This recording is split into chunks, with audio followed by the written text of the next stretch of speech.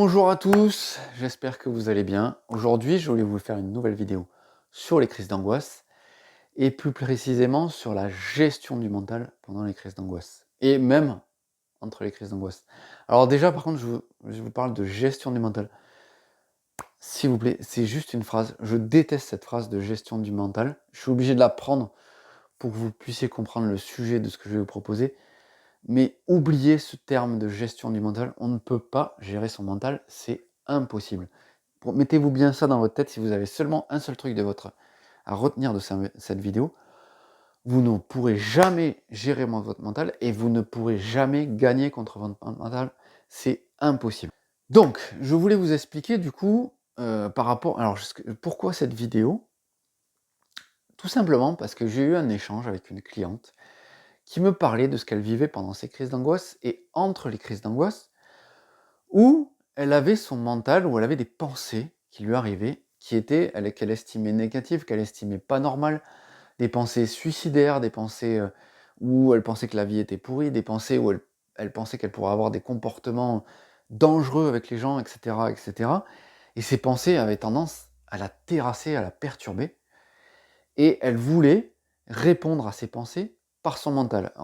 Je m'explique, c'est que par exemple, si elle avait une pensée où ah mais la vie elle est horrible, je mérite pas de vivre, ou des trucs comme ça, peut-être j'invente un peu, elle avait tendance à contrer le truc en se disant mais non, mais tout va bien, finalement je suis bien dans ma vie, j'ai tout ce qu'il faut pour être heureux. Tout ce qu'il faut pour être heureux, cette phrase elle est magique, parce on la ressort à toutes les sauces. Et non, cette phrase, elle a aucun sens. On a tout ce qu'il faut pour être heureux. Quand on est mal, on a beau avoir tout ce qu'il faut pour être heureux, on est mal, c'est tout. C'est OK. Voilà. Donc ce qu'elle avait tendance à faire, c'était contrer ces pensées négatives qu'elle estimait négatives par des pensées positives. Et elle pensait que ça allait l'aider à contrer son mental. Sauf que ça ne marche pas. Vous ne pourrez pas contrer votre mental avec votre mental. Ça ne marche pas. La seule façon de, comment dire, «gagner» entre guillemets contre le mental, c'est de ne pas jouer avec lui. Dans le sens où, si vous voulez que le mental s'éteigne, que le mental diminue, que le mental soit moins présent, il va falloir vous concentrer sur autre chose. On ne gagne pas contre le mental. Alors le premier exercice que je voulais vous proposer, qui est un exercice issu de la PNL, programmation neurolinguistique, c'était de jouer sur les modalités de ce mental. On va absolument pas jouer sur le contenu de ce que le mental vous amène, sur le contenu de vos pensées. On va jouer sur la façon dont ces pensées arrivent, sur la façon dont le mental parle. C'est assez bizarre d'ailleurs de parler comme ça. Ce que j'aimerais dans un premier temps, c'est que vous repériez quand vous avez ces pensées négatives, que vous estimez négatives, c'est de voir d'où vient cette voix qui vous parle. Est-ce que c'est une voix qui vous englobe en totalité? Est-ce qu'elle est stéréo? Est-ce qu'elle vient d'un endroit en particulier? Dans un deuxième temps, ce que je vais vous proposer, c'est d'observer le ton de cette voix. Est-ce que vous avez plutôt une voix, est-ce que c'est plutôt une voix grave, aiguë, rauque? Observez également si c'est une voix qui est rapide ou lente. Notez-le si vous pouvez sur un papier, notez toutes ces modalités sur un papier. Et aussi, dans un dernier temps, vous pouvez observer si cette voix, elle est saccadée ou est-ce qu'elle est plutôt continue. Est-ce que c'est un discours plutôt continu? Est-ce que c'est des mots? Est-ce que c'est des phrases? Et peut-être, quand vous observez cette voix, vous allez pouvoir observer que cette voix, elle correspond peut-être à quelqu'un de votre entourage, ou quelqu'un de proche, ou une personne que vous admirez. Observez si ça correspond à une personne que vous connaissez. Et ce que je vais vous proposer, une fois que vous avez identifié ces particularités de cette voix qui vous parle, c'est de jouer sur les modalités. Si c'est une voix qui est en stéréo, je vous propose d'aller la mettre en un seul point, de vous amuser à la mettre en un seul point. Peut-être qu'au début, c'est pas facile à faire, mais essayez, vous allez voir, observez si ça change quelque chose. Et si par contre elle est en un seul point, peut-être là, ou là, ou là, je sais pas, ou peut-être carrément dans votre tête, essayez de la rendre stéréo, et voyez ce que ça fait. Voyez si ça change quelque chose. Ensuite, si cette voix, elle est rapide, peut-être soit rendez-la encore plus rapide, soit rendez-la plus lente, et vraiment très lente. Si cette voix, elle a un débit continu, rendez-la saccadée. Si cette voix, elle est saccadée, rendez-la avec un débit continu. Et voyez, en changeant ces modalités, ce que ça fait. Est-ce que ça change quelque chose? Et si vous voyez que vous vous sentez mieux en changeant une des modalités, retenez-la, et quand vous allez avoir cette voix qui arrive, plutôt que de faire comme d'habitude quand vous jouez sur le continu, amusez-vous à changer la place de cette voix. Changez peut-être, il y avait une technique qui était aussi issue de la PNL, il proposait une technique, c'était de prendre peut-être une voix d'un personnage de dessin animé, et de remplacer cette voix qui vous parle par une voix d'un personnage de dessin animé. Ça peut avoir aussi un impact. Voilà, donc ça c'était le premier exercice tiré de la PNL, qu'on appelle, en fait on joue sur les modalités de position, de vitesse, de volume, de puissance, etc., etc. Et voyez si ça change quelque chose pour vous. Et franchement, si vous avez envie, ça me fera super plaisir que vous fassiez un retour de qu'est-ce que ça a changé pour vous, pour voir si ensemble on peut changer encore quelques modalités. Donc ça, c'était le premier exercice que je vous proposais.